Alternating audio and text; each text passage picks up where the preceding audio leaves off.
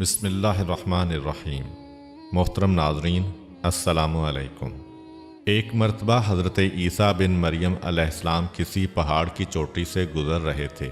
اس وقت ابلیس ان کے پاس آیا اور اس نے ان سے کہا، روح اللہ، یہ بتاؤ کیا تمہارا خدا اس بات پر قادر ہے کہ اگر تم اس چوٹی سے نیچے گرو تو وہ تمہیں بچا سکتا ہے؟ حضرت عیسیٰ علیہ السلام نے کہا، جی ہاں، میرے رب کو یہ قدرت حاصل ہے۔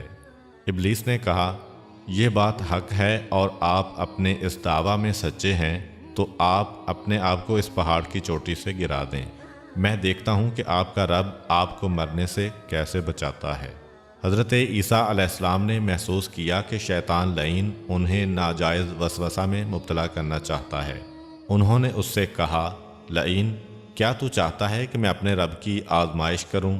یہ علیحدہ بات ہے کہ مجھے اس بات کا یقین ہے کہ میرا خدا میری حفاظت کرے گا۔ اللہ کا ہر فرمان برحق ہے اور ہمیں اس میں شک کرنے کی کوئی گنجائش نہیں ہے، لیکن میں خدا کی آزمائش نہیں کرتا۔ کچھ دنوں بعد ابلیس ان کے پاس آیا اور ان سے کہا، عیسیٰ علیہ السلام، تم تو اللہ ہو کیونکہ تم مردے زندہ کرتے ہو اور غیب جانتے ہو اور لوگوں کو غیب کی خبریں دیتے ہو۔ حضرت عیسیٰ علیہ السلام نے اس کی بات کاٹتے ہوئے کہا، لعین، تو جھوٹ بکتا ہے، میں خدا کا مستجاب الدعوات بندہ ہوں۔ اللہ میری دعائیں قبول کرتا ہے اور اسی کے حکم سے مردے زندہ ہوتے ہیں، اور جہاں تک غیب کی باتوں کا تعلق ہے تو خدا مجھے غیب کی اطلاع دیتا ہے، میں لوگوں کو اس کی خبر دیتا ہوں۔ جب ابلیس نے دیکھا کہ عیسیٰ علیہ السلام اس کے جال میں پھنسنے پر آمادہ نہیں ہیں تو اس نے چیخ ماری اور ان کے سامنے سے بھاگ کھڑا ہوا۔ ابو نصر نشاپور کا ایک سلطان ہو گزرا ہے۔ ایک مرتبہ وہ لاؤ لشکر سمیت اپنے دارالحکومت میں داخل ہو رہا تھا کہ ایک مکان سے قاری کی آواز نے اسے چونکا دیا۔ ابو نصر قرآن سننے کے لیے رک گیا۔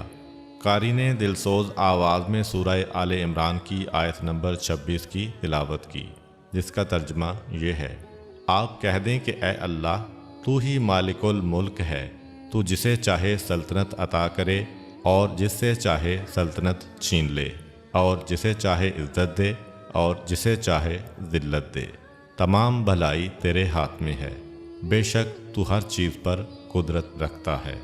اس آیت مجیدہ نے سلطان کے دل پر گہرا اثر کیا۔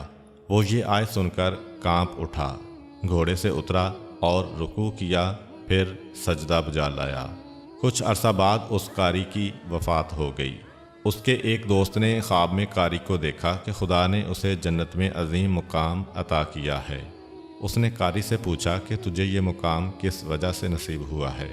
قاری نے جواب دیا، میں تو ایک بدکار اور گناہ گار انسان تھا، میرے نامہ اعمال میں کوئی خاص نیکیاں نہیں تھیں، مگر اس کے باوجود خدا نے مجھ پر خصوصی کرم کیا اور مجھے یہ مقام عطا کیا، اور خدا نے مجھ سے فرمایا، تو نے دنیا میں ایک سلطان کو ہماری عظمت یاد دلائی تھی، اس کی وجہ سے ہم آج تجھ پر رحم کر رہے ہیں اور تجھے بلند مقام عطا کرتے ہیں۔ جی ہاں، اللہ تعالیٰ کا فرمان ہے، فاذکرونی اذکرکم، تم مجھے یاد کرو، میں تمہیں یاد کروں گا۔ پرانے زمانہ میں انطاکیہ ایک بہت بڑا شہر تھا۔ یہ شہر ایشیائے کوچک میں واقع تھا۔ اس شہر کی لمبائی 12 میل تھی اور اس میں انسانوں کی ایک بھاری تعداد قیام پذیر تھی۔ انطاکیہ شہر کے لوگ گمراہ اور ظالم تھے۔ وہ ستاروں اور بتوں کی پوجا کرتے تھے۔ اللہ تعالیٰ نے ان کی رشد و ہدایت کے لیے ان کے پاس 2 نبی بھیجے۔ اہل شہر نے ان کی تکذیب کی تو ان کی تقویت کے لیے تیسرے رسول کو وہاں بھیجا گیا۔ چنانچہ تینوں انبیاء نے لوگوں کو خدا کے راستہ کی دعوت دی اور شہر کے گوشہ گوشہ میں انہوں نے تبلیغ دین کی، لوگوں کو توحید کی دعوت دی، معاد اور یوم قیامت سے آگاہ کیا اور انہیں عذاب خداوندی سے خبردار کیا۔ اہل شہر بڑے بدبخت تھے۔ 3 انبیاء کی مشترکہ تبلیغی کوششوں کا ان پر کوئی خاص اثر نہ ہوا اور پورے شہر میں صرف 40 افراد نے ہی دعوت حق کو قبول کیا۔ شہر کے دوسرے لوگوں نے تینوں انبیاء اور ان کے پیروکاروں کو پکڑ کر انہیں سخت اذیتیں دیں اور ظلم کی انتہا یہ کی گئی کہ ان مظلوموں کی گردن میں سوراخ کر کے اس میں رسیاں ڈالی گئیں اور شہر کے ظالم لوگ رقص بسمل سے لطف اندوز ہوئے۔ اس شہر میں ایک مرد مومن رہتا تھا جس کا نام حبیب النجار تھا۔ وہ ان انبیاء پر ایمان لایا تھا، لیکن وہ اپنے ایمان کو مخفی رکھتا تھا۔ وہ شہر میں بڑھئی کا کام کرتا تھا۔ اسے جو مزدوری ملتی تھی وہ اس کو 2 حصوں میں تقسیم کرتا تھا۔ ایک حصہ اپنے اہل خانہ کو کھلاتا تھا اور دوسرا حصہ غرباء و مساکین میں تقسیم کرتا تھا۔ جب حبیب النجار کو اس ظلم کا پتہ چلا تو انہوں نے اپنی قوم کو تبلیغ کرتے ہوئے کہا، اے میری قوم، ان رسولوں کی پیروی کرو، ان کی اتباع کرو جو تم سے کوئی اجر نہیں مانگتے اور وہ راہ راست پر ہیں، اور میں کیوں نہ اس ذات کی بندگی کروں جس نے مجھے پیدا کیا ہے اور جس کی طرف تم سب کو پلٹ کر جانا ہے۔ کیا میں اس ذات کے علاوہ کسی کو معبود بناؤں؟ جبکہ اگر خدائے رحمان مجھے ضرر پہنچانے کا ارادہ کر لے تو ان کی شفاعت مجھے کوئی فائدہ نہیں دے سکتی اور نہ وہ مجھے چھڑا سکتے ہیں۔ تب تو میں صریح گمراہی میں مبتلا ہو جاؤں گا۔ میں تو تمہارے پروردگار پر ایمان لے آیا ہوں، لہٰذا میری بات سن لو۔ کیا میں اسے چھوڑ کر دوسرے معبود بنا لوں؟ حالانکہ اگر خدائے رحمان مجھے کوئی نقصان پہنچانا چاہے تو نہ ان کی شفاعت میرے کسی کام آ سکتی ہے اور نہ وہ مجھے چھڑا ہی سکتے ہیں۔ اگر میں ایسا کروں تو میں وعدے گمراہی میں مبتلا ہو جاؤں گا۔ میں تمہارے رب پر ایمان لے آیا، تم بھی میری بات مان لو۔ لیکن ظالم لوگوں نے ان کی بات پر کان نہ دھرے اور ان کی نصیحت سن کر خواب غفلت سے بیدار نہ ہوئے، بلکہ ظالم درندے یکدم اس پر ٹوٹ پڑے اور بیچارے کو اتنا مارا کہ اس کی آنتیں باہر نکل آئیں۔